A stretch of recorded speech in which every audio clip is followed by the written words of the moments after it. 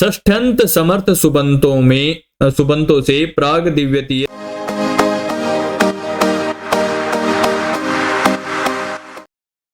ओम नमस्ते जी। आज का हमारा विषय तद्धित प्रकरण रहेगा। क्या रहेगा? तद्धित प्रकरण। इससे पूर्व हमने तद्धित प्रकरण के सामान्य परिचय के बारे में विस्तार से चर्चा की थी और आज की इस कक्षा में हम आपके साथ प्रत्यय, सूत्र और उदाहरणों के बारे में चर्चा करेंगे कि कौन सा प्रत्यय किस नियम से होता है और उस नियम का क्या उदाहरण है। आइए अधिक समय न लेते हुए अपने विषय को प्रारंभ करते हैं। सर्वप्रथम आता है प्रत्यय, फिर आता है सूत्र और फिर आता है उदाहरण। ठीक है, कुछ यहां पर उदाहरण वार्तिकों के हैं और कुछ हैं नियमों के अर्थात सूत्रों के।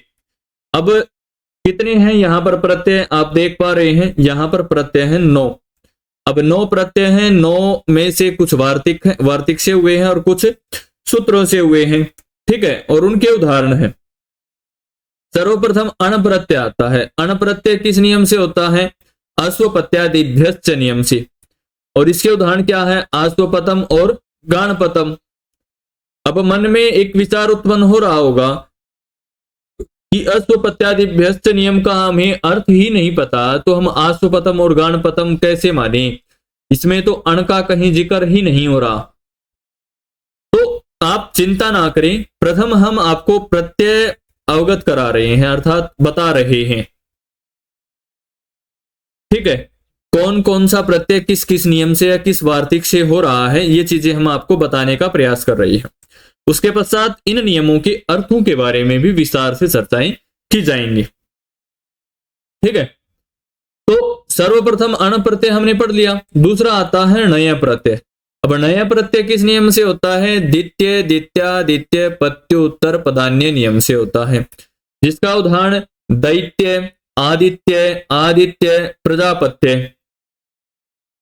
ठीक है, इसी प्रकार अगला प्रत्यय आता है यय।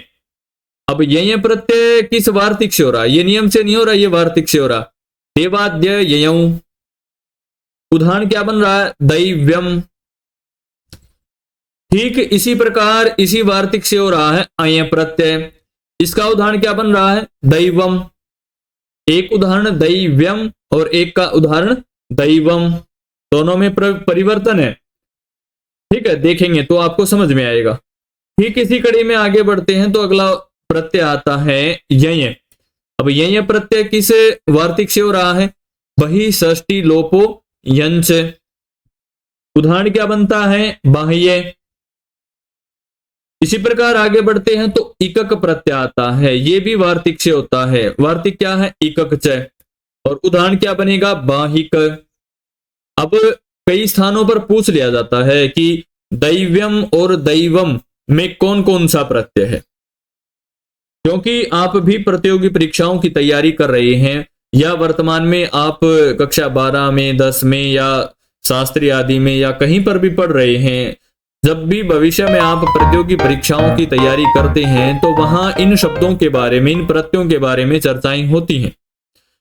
कहीं पूछ लिया जाता है कि अण प्रत्यय किस नियम से होता है, अण प्रत्यय से कौन कौन से उदाहरण बनते हैं, या कहीं पूछ लिया जाता है कि दैव्यम और दैवम में कौन कौन से प्रत्यय हैं। जब आपने पढ़ा होगा तो दैव्यम में बता देंगे आप यय प्रत्यय है और दैवम में अय प्रत्यय है। ठीक है, और बाहिका में इकक प्रत्यय है। समझ में आ रहा है ना जी? बहुत अच्छे। ठीक इसी प्रकार जब आगे बढ़ते हैं तो यत प्रत्यय आता है। यत भी वार्तिक से आता है। कौन से वार्तिक से आता है? गौर जाति प्रसंगे यत नियम से, यत वार्तिक से। उदाहरण क्या बनता है? गव्यम। अब ऊपर भी हमने अय प्रत्यय पढ़ा था, एक वार्तिक से आया था जिसमें हमने दैवम उदाहरण बनाया था। अब यहां आ रहा है नियम से अय प्रत्यय। किस नियम से? उत्सादिभ्यो अय, औत्सय उदाहरण बनेगा। ठीक इसी प्रकार अण प्रत्यय है। अण प्रत्यय यहां पर किस नियम से आ रहा है? प्राग दिव्य तो अण, और प्रारंभ में किससे आ रहा था? अण प्रत्यय अश्वपत्यादिभ्यश्च नियम से। तो ये 9 प्रत्यय हैं। कितने प्रत्यय हैं? 9 प्रत्यय हैं। ठीक है, इनके बारे में हम आगे चर्चा कर रहे हैं। सर्वप्रथम जो बहुत ही महत्वपूर्ण नियम है, अधिकार नियम है, जिसका अधिकार संपूर्ण तद्धित प्रकरण में चलेगा, उस नियम को जान लेते हैं। नियम क्या है? समर्थानाम प्रथमाद वा। क्या नियम है? समर्थानाम प्रथमाद वा। अब इसमें 3 पद आ रहे हैं। कौन कौन से? एक तो समर्थानाम, एक प्रथमाद और एक वा। इन तीनों का अधिकार चलता है। और इन तीनों का अधिकार कहां तक चलता है? देखिए, इदम पदम त्रायम अधिक्रियते।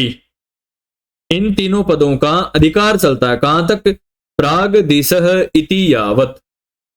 अर्थात एक नियम है। अब जैसे समर्थानाम प्रथमाद व नियम संस्कृत व्याकरण का जो महान ग्रंथ है अष्टाध्यायी, उसके चतुर्थ पाद के प्रथम अध्याय के 82वें नियम से है, 82वां नियम है। और इसमें कह दिया प्राग दिशः इति यावत, अर्थात जहां पर प्राग दिशो विभक्ति नियम आता है, जहां पर प्राग दिश के बारे में कहा गया है, वहां तक इसका अधिकार चलेगा। अब वो नियम कहां पर है? प्राग दिशो विभक्ति। ये पंचम अध्याय के अर्थात 5वें अध्याय के 3रे पाद का पहला नियम है। यहां तक इस सूत्र का अधिकार चलेगा। ठीक है, क्योंकि यहां से स्वार्थिक प्रत्यय आरंभ होते हैं, प्रारंभ होते हैं, उनमें इस अधिकार की आवश्यकता नहीं है। ठीक है ना, उनमें इस अधिकार की आवश्यकता नहीं है।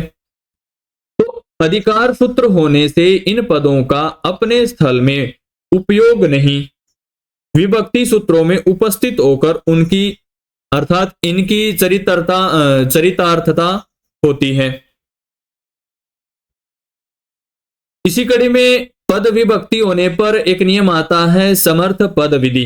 ये द्वितीय अध्याय के प्रथम पाद का प्रथम ही नियम है। सूत्र से सामर्थ्य होने पर ही तद्धित प्रत्यय होते हैं। सर्वप्रथम हमने पढ़ा था ना 3 पदों के बारे में, तो पद को समझना भी आवश्यक है। क्या नियम है? समर्थ पद विधि। ठीक है, इससे क्या होता है? तद्धित प्रत्यय होते हैं सामर्थ्य होने पर ही। अब सामर्थ्य शब्द आया है तो समर्थानाम पद से बोध्य सामर्थ्य भिन्न रूप है। प्रयोग की योग्यता को सामर्थ्य कहते हैं। क्या है? प्रयोग की योग्यता को क्या कहते हैं? सामर्थ्य। अब इस अधिकार का फल है कि समर्थ प्रयोग के योग्य पदों में जो प्रथम पद हो, अर्थात तद्धित वृत्ति विधायक सूत्रों में प्रथम उच्चारित पद से जिसका बोध हो, उससे प्रत्यय होता है। अब जैसे उदाहरण दे दिया तस्यापत्यम, ये चतुर्थ अध्याय के प्रथम पाद का 92वां नियम है। तो नियम क्या कह रहा है? आइए, ऊपर जो हमने समर्थानाम पद का बोध करवाया है उसके बारे में यहां चर्चाएं हो रही हैं। इस तद्धित प्रत्यय विधायक सूत्र में प्रथम उच्चारित पद क्या है? तस्यापत्यम में तस्य। क्या है प्रथम पद? तस्य। इससे उपगो अपत्यम में उपगु शब्द का बोध होता है, इसीलिए इसी में तद्धित अण प्रत्यय होता है और अपत्य शब्द से नहीं, क्योंकि यह प्रथमोच्चारित पद बोध्य नहीं है। ठीक है ना, क्योंकि तस्यापत्यम, तस्य से तो उपगो अपत्यम हो गया, उपगु शब्द का बोध होता है, इसी से यहां पर तद्धित प्रत्यय में अण प्रत्यय हो गया। परंतु तस्य अपत्यम, अपत्य शब्द से नहीं हुआ, क्योंकि यह प्रथमोच्चारित नहीं है। सामर्थ्य समर्थानाम क्या कह रहा है कि प्रयोग की योग्यता को सामर्थ्य कहते हैं, और प्रयोग की योग्य पदों में जो प्रथम पद है, अर्थात वही तद्धित वृत्ति विधायक सूत्रों में प्रथम उच्चारित पद है जिसका बोध होता है, उससे ही प्रत्यय होता है। तो तस्यापत्यम में किसका प्रथम बोध हो रहा है? तस्य का। तो तस्य से ही तद्धित प्रत्यय का होगा, अपत्य से नहीं होगा। ठीक इसी कड़ी में जब आगे बढ़ते हैं तो अगला नियम आता है अस्वपत्यादिभ्यश्च। क्या नियम आता है? अभी अभी हमने पूर्व में पढ़ा था अश्वपत्यादि व्यस्त्य से कौन सा प्रत्यय होता है? बताइए। अण प्रत्यय होता है। अब यहां अश्वपति आदि शब्दों से अण प्रत्यय हो प्राग दिव्यतीय अर्थात तेन दिव्यति खनीति जयति जितम सूत्र से पहले आने वाले अपत्य आदि अर्थों में।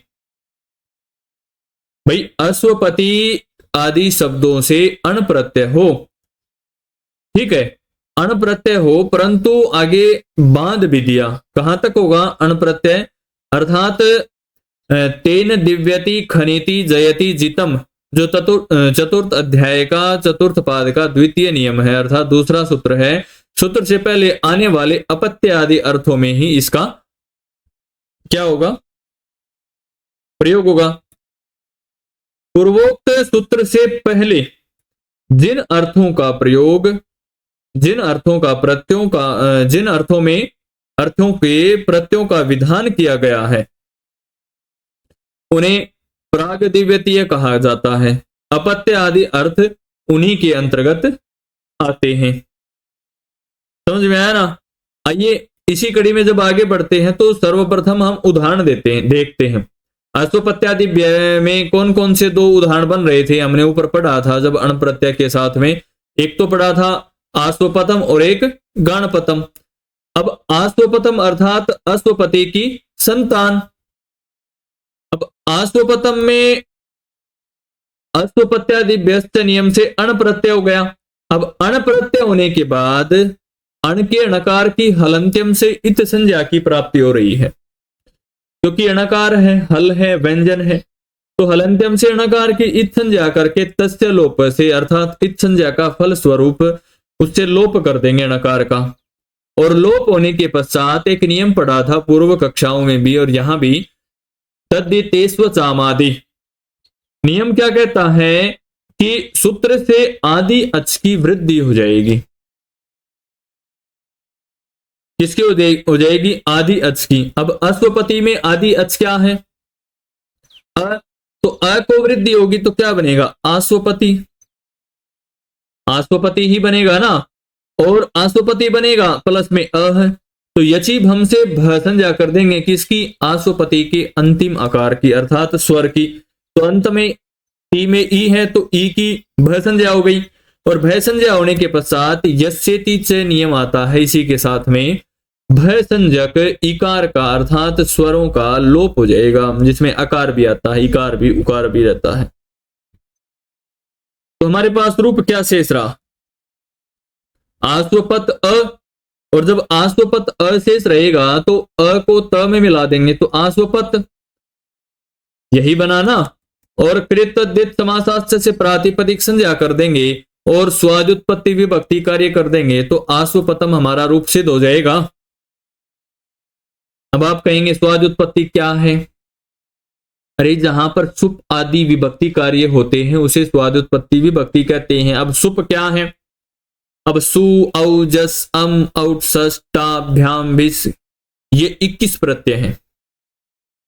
इनका हमने सुबंत प्रकरण में विस्तार से आपको समझाया है, चर्चाएं की हैं।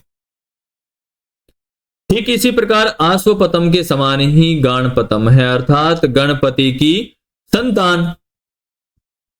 ठीक है, गणपति से भी यहां पर अश्वपत्यादि भ्यस्त नियम से अण प्रत्यय हो गया, और अण का णकार की हम हलंत्यम से इत संज्ञा कर देंगे और तस्य लोप से लोप कर देंगे। और पूर्व सिद्धि में जैसे आश्वपतम में हमने तद्दितेस्व चामादि नियम से आदि अच की वृद्धि की थी, वैसे ही यहां पर भी वृद्धि हो जाएगी। ठीक है, अब गणपति था, गणपति का आदि अच ग में अ है तो ग में अ को वृद्धि हो जाएगी आ, वृद्धि राधई से जो अष्टदायी का प्रथम ही नियम है, पढ़ा है ना आपको जी। उसके अर्थ को आप कमेंट बॉक्स में लिखेंगे। ठीक है, तो जब वृद्धि होगी तो गण को गाण हो गया, गणपति प्लस अ, यची भम से क्या हो गया? भय संज्ञा इकार की, और यस्येति च से भय संज्ञक इकार का लोप हो गया, और मिला देंगे इनको गाणपत अ, कृत तद्धित समासास्त्र से प्रातिपदिक संज्ञा करके गाणपत और स्वादुत्पत्ति विभक्ति कार्य कर देंगे तो गाणपतम हमारा रूप सिद्ध हो जाएगा। ठीक इसी प्रकार प्रथम हमने जब प्रत्यय पढ़े थे तो उसमें णय प्रत्यय द्वितीय स्थान पर पढ़ा था। कौन सा प्रत्यय? णय। किस नियम से पढ़ा था वो भी हम जान लेते हैं। क्या नियम था? द्वितीय द्वितीय पत्युत्तर पदान्य। ठीक है, नियम से क्या कौन सा प्रत्यय हो रहा है? णय प्रत्यय। अब णय प्रत्यय क्या कह रहा है?